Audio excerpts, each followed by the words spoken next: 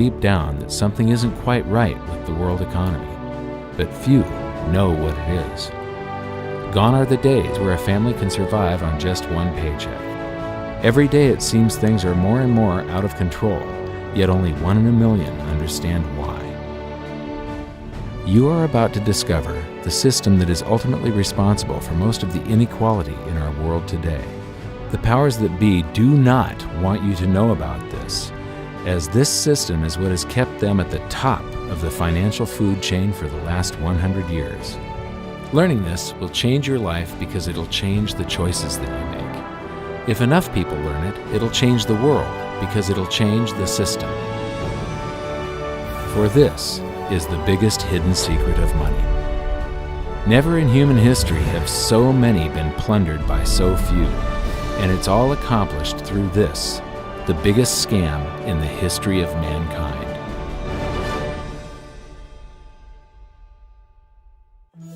They say that money doesn't grow on trees, but the truth is that the modern banking system creates currency far faster than trees can grow. Most people don't have a clue how currency is created. Economists and bankers make it sound so complex that people think they can't understand it. But I'm going to strip our monetary system down to its essence so that you can see the scam behind the curtain and just how it affects you. Every modern society creates currency in pretty much the same way. But since the US dollar is the majority of the world's currency, I'm going to use the United States as our example. It all starts when some politician says, "Vote for me and I'll make sure the government provides you more free stuff than my opponent will." But there's no such thing as a free lunch. So to provide that supposedly free stuff, the politicians vote for the country to spend more than its income. This is called deficit spending. To pay for that deficit spending, the Treasury borrows currency by issuing a bond. So what's a bond? If you think about it, a bond is really nothing but a glorified IOU. It's a pretty piece of paper with numbers printed on it that says, "Loan me $1 trillion today, and I promise over a 10-year period I'm going to pay you back that $1 trillion plus interest." But what you need to understand is that Treasury bonds are our national debt. These glorified IOUs are to be paid back by you and I and our descendants through future taxation. Therefore, when the government issues a bond, it steals prosperity out of the future so that it can spend it today. The Treasury then holds a bond auction, and the world's largest banks show up and compete to buy part of our national debt and make a profit on it by earning interest. You'll notice that as we move through this process, the big banks are there, taking a cut every step of the way. This isn't by chance, as you'll see shortly. Then, through a shell game called open market operations, the banks get to sell some of those bonds to the Federal Reserve at a profit. To pay for the bonds, the Federal Reserve opens up its big old checkbook and writes bad, bogus, counterfeit checks that should bounce because they're drawn on an account that always has a zero balance. There isn't 1 penny in there. To quote from the Boston Federal Reserve, "When you or I write a check, there must be sufficient funds in our account to cover that check. But when the Federal Reserve writes a check, there is no bank deposit on which that check is drawn. When the Federal Reserve writes a check, it is creating money." The Fed then hands those checks to the banks, and at this point, currency springs into existence. The banks then take that currency and buy more bonds at the next Treasury auction. But what is a check? A check is also an IOU. When you write a check, you're making a note that says, "Here's my IOU for cash. All you have to do is go to the bank and pick it up." Now, it's very, very important that you understand this process because we're going to come back later and show you the devastating effect this has on you. The Treasury issues IOUs, bonds. The banks then buy those IOUs with currency. The Federal Reserve then writes IOUs, checks, and hands them to the banks in exchange for the Treasury's IOUs, the bonds. And currency is created. So what's really happening is the Federal Reserve and the Treasury are just swapping IOUs, using the banks as middlemen, and abracadabra, presto, currency magically springs into existence. This process repeats and repeats over and over again, enriching the banks and indebting the public by raising the national debt. The end result is that there's a buildup of bonds at the Federal Reserve and currency at the Treasury. This process is also where all paper currency comes from. The Federal Reserve and the government mistakenly call it base money because they didn't watch episode 1 of this series and they don't know the difference between money and currency. But I will correctly refer to it as base currency because it is not money. It is currency, and as we've learned, there is a big difference. Money has to be a store of value and maintain its purchasing power over long periods of time. We learned in episode 1 that earlier in our history, our paper currency was just a claim check. It was a representation for real money of intrinsic value, the gold and silver that was held on deposit at the Treasury. You could walk into any bank and slap your currency, like say a $20 bill, on the counter and redeem it for real money, a $20 gold piece. But now, this base currency that's piling up back here is really nothing but a receipt or a claim check on an IOU, that bond. So it's really nothing but a supply of numbers. The Treasury then deposits the newly created currency into the various branches of the government, and the politicians say, "Hey, thanks for that." And the government does some deficit spending on public works, social programs, and war. The government employees, contractors, and soldiers then deposit their pay in the banks. Now, this may come as a shock to you, but when you deposit your currency with the bank, you're not actually depositing it into an account to be safely held in trust for you. Instead, you're actually loaning the bank your currency, and within certain legal limits, they can do with it pretty much anything they please. This includes gambling in the stock market and loaning it out, at a profit, of course. Now this is where the machine of currency creation really gets cranking, because this is where something called fractional reserve lending comes into play. Fractional reserve lending is exactly what it says. The banks are allowed to reserve only a fraction of your deposit and loan the rest out. Although reserve ratios may vary, I'm going to use a 10% reserve ratio as our example. If you deposit $100 in your account, the bank can legally take $90 of it and loan it out without telling you. The bank must hold $10 of your deposit in reserve just in case you want some of it. These reserves are called vault cash.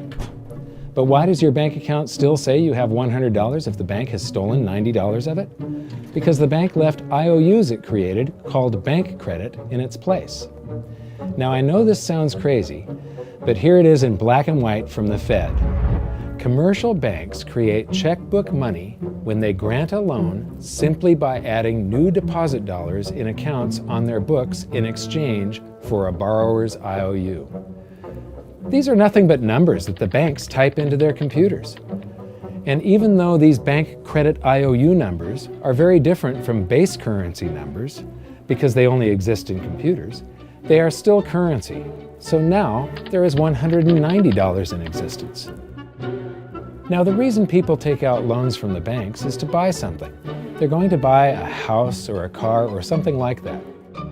So the borrower takes the $90 that the bank loaned to him from your account, and he pays the seller of the item. But then the seller deposits that currency into his account, and his bank loans out 90% of that and leaves bank credit numbers in its place. So now there's $271 in existence. This process repeats and repeats until under a 10% reserve ratio, an initial deposit of just $100 can create up to $1,000 of bank credit, all backed by $100 of vault cash, just 10%. But as I said, reserve ratios vary wildly. On some deposits, it's 10%, on others, it's 3%, and on some forms of deposits, reserve requirements are 0. The result is that the expansion of the currency supply by the banks is far greater than even this example would lead you to believe. So once again, when currency is deposited in the banks get to lend it out, and then it gets redeposited and relent, redeposited and relent, redeposited and relent over and over again, creating bank credit all the way. This is where the vast majority of our currency supply comes from. In fact, 92 to 96% of all currency in existence is created not by the government, but here in the banking system. Now, massive amounts of currency spewing into society may at first sound like a fun idea. That is, until you remember one of the most important hidden secrets of money from episode 1, that the prices of everyday goods and services act as a sponge on an expanding currency supply. The more currency we have, the more prices rise. This is where inflation comes from. The true definition of inflation is an expansion of the currency supply. Rising prices are merely the symptom. So our entire currency supply is nothing but a couple of bucks whipped up in this hocus-pocus scam where the Treasury and the Federal Reserve swap glorified IOUs, and a bunch of numbers that the banks just type into their computers. That's it. That's our entire currency supply. It's nothing but a supply of numbers. Some of them printed, most of them typed, and there is nothing else. But if you thought that was crazy, get ready to enter the twilight zone of modern economics. We work for some of that currency supply. True wealth is your time, but we trade away moments of our lives, hour by hour, day by day, and year by year, for numbers that somebody printed on pieces of paper or just typed into a computer. Now those numbers represent our blood, sweat, tears, labor, ideas, and talent. We are what gives the currency its value. But here comes the really cruel joke. We work hard so that we can save some of that currency, so that we can pay the tax collector. In the United States, it's known as the IRS. They then turn it over to the Treasury so that the Treasury can pay the principal plus interest on that bond that the Federal Reserve bought with a check drawn on an account that has nothing in it. Now let's do a recap on this section, because this is where the system begins to rob you and I on a massive scale. Much of our taxes are not used for schools, roads, and public services, but to pay interest on bonds that the Federal Reserve bought with a check drawn on an account that has nothing in it. The Federal Reserve is committing fraud. But here's one of the biggest secrets of them all. Before the establishment of the Federal Reserve, there was no need for personal income tax. The Federal Reserve was created in 1913, and that very same year, the Constitution was amended to allow income tax. Do you really think this was just a coincidence? Ask yourself how much income tax you've paid over your lifetime. Much of it has been silently siphoned away into the hands of those who own the system. Yes, this system has owners. Who they are is an even bigger secret that we'll get to shortly. But first, we need to understand the mumbo-jumbo of the so-called debt ceiling. It's all based on a huge paradox. There was interest due on that bond, and there was interest due on every one of those loans that the banks made. That means that there is interest due on every dollar in existence. Let me ask you something. If you borrow the very first dollar into existence, and that's the only dollar that exists on the planet, but you promise to pay it back plus another dollar's worth of interest, where do you get the second dollar to pay the interest? The answer is that you have to borrow that one into existence and promise to pay it back with interest as well. So now there are $2 in existence, but you owe $4, and so on and so on. The result is there's never enough currency to pay the debt. There is always more debt in the system than there is currency in existence to pay the debt. Therefore, the whole system is impossible. It is finite. It will come to an end one day. What would happen if the government stopped borrowing to do deficit spending?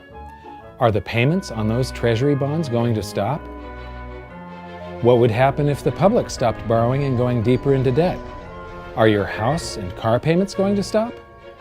No. There is a payment due every month on the principal plus the interest on every dollar in existence, and those payments do not stop. If we stop borrowing, then no new currency is created to replace the currency that we used to make those payments. Whether you're making a payment on a loan or paying tax to make a payment on a bond, the portion of the payment that goes to pay off the principal extinguishes that portion of the debt. But the debt also extinguishes the currency. Currency and debt are like matter and antimatter. When they meet, they annihilate each other.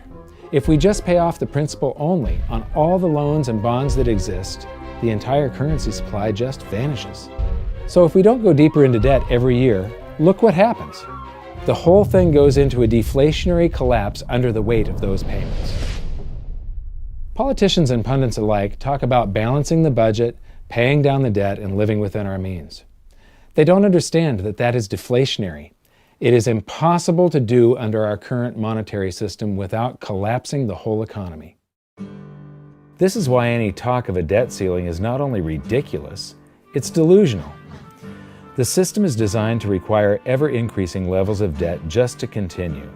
And that's why politicians will always kick the can down the road and raise this so-called debt ceiling over and over again until the whole system finally collapses under its own weight.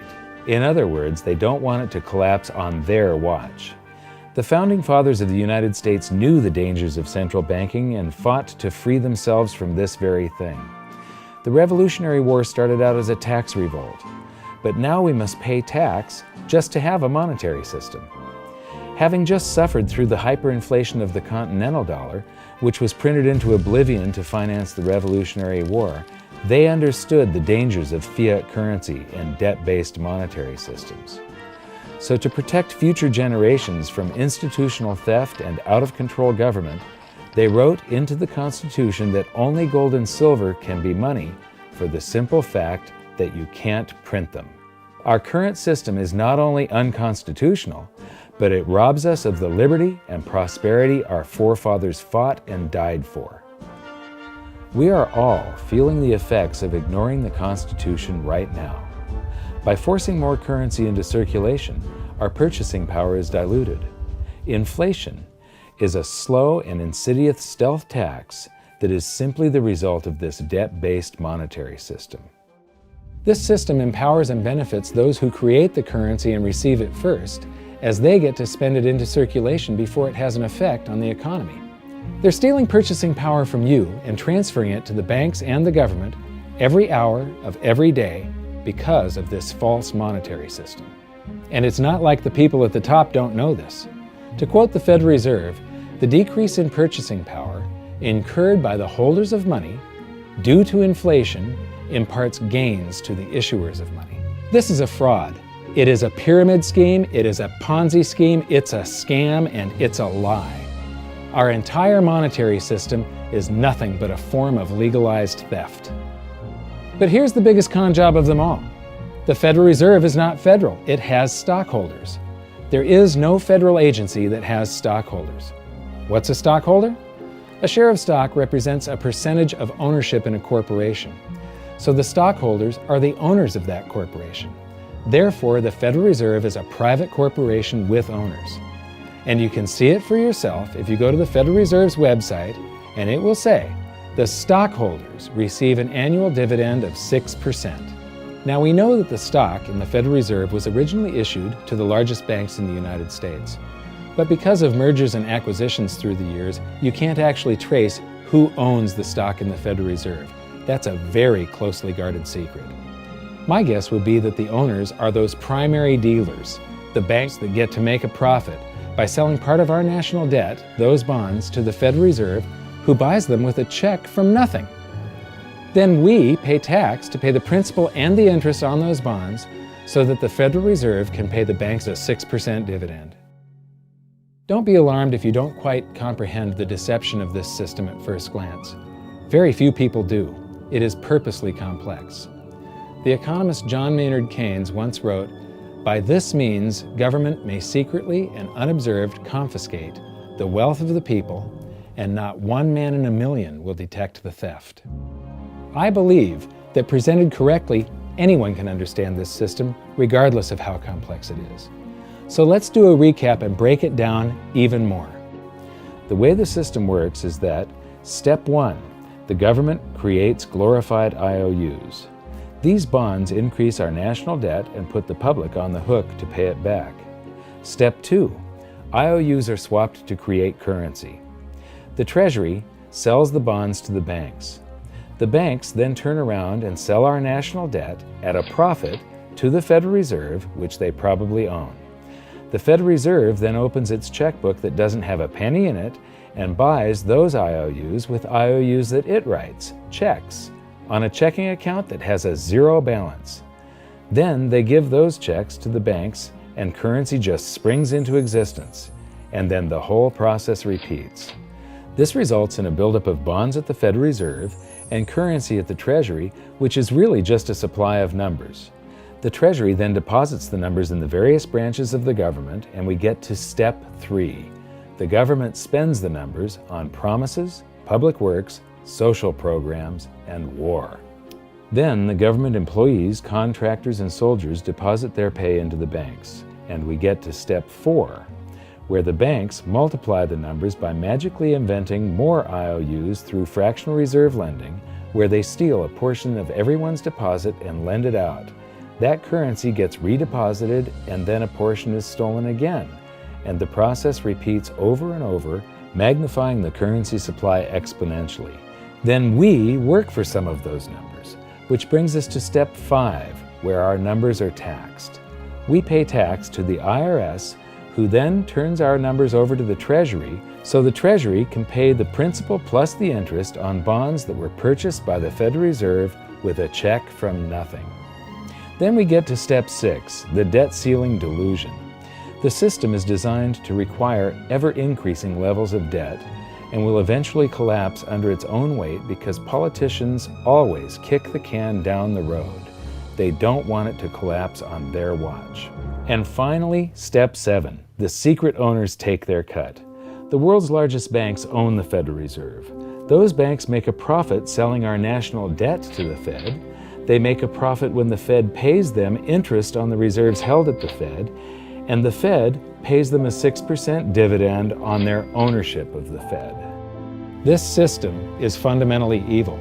It funnels wealth from the working population to the government and the banking sector. It is the cause of the artificial booms and busts of modern economies, and it causes great disparity of wealth between the rich and the working class. And it is only possible because we no longer use real money, we use currency. But worst of all, it is a form of enslavement. Bond is the root word of bondage. Whenever a government issues a bond, it is a promise to make us pay tax in the future. Nobody asked you if you wanted to pay tax today for the prosperity we all enjoyed in the last century. Nobody is asking our children if they want to work hard in the future to pay for the prosperity we're enjoying now. George Washington once wrote to James Madison, "No generation has the right to contract debts greater than can be paid off during the course of its own existence." By stealing prosperity from tomorrow so we can spend it today, we enslave ourselves and future generations. Now this all sounds pretty bad, but there is great hope, for you are the greatest threat to this false monetary system. This system relies on the public being ignorant of its workings. Please share this knowledge with everyone you know, because an informed public that fully understands the system can build a better future for generations to come. And now I leave you with this quote, widely attributed to a former director of the Bank of England. The modern banking system manufactures money out of nothing. The process is perhaps the most astounding piece of sleight of hand that was ever invented. Banking was conceived in inequity and born in sin. Bankers own the earth. Take it away from them, but leave them the power to create money and control credit, and with the flick of a pen, they will create enough money to buy it back again. But if you want to continue as the slaves of bankers and pay the cost of your own slavery, let them continue to create money and to control credit. This is the Federal Reserve in Washington, D.C. It's located on Constitution Street, and that is just as much of a joke as the New York Fed being located on Liberty Street. Both of them are unconstitutional, both of them limit our liberty, and they transfer wealth away from us every second of every day to the Federal Reserve, to the government, and to the banking sector. You are now among the 1 in a million who can detect the theft of your prosperity. So the big question is, what can you do about it? 1. Watch this video until you can describe and teach it to others. Those who understand this system can make preparations for its unavoidable collapse and protect themselves. History shows that those who don't will probably be wiped out. 2. Share this video with everyone, especially those you care about. All it takes is a mouse click or two to get this message in front of millions. Post this video on Facebook, tweet it, email it to loved ones. Please share it wherever you can. 3. Join the conversation. The current world monetary system is based on a 300-year-old design meant to enrich a few at the expense of the many. There must be a better way. At hiddensecretsofmoney.com, we've created an open-source platform for the design and development of a new world monetary system. We're calling on every economist, every student, every college, every bright mind, and anyone who cares to join the discussion. In educating ourselves and each other, we can prevent the further loss of our freedoms and maybe just maybe, win some of them back.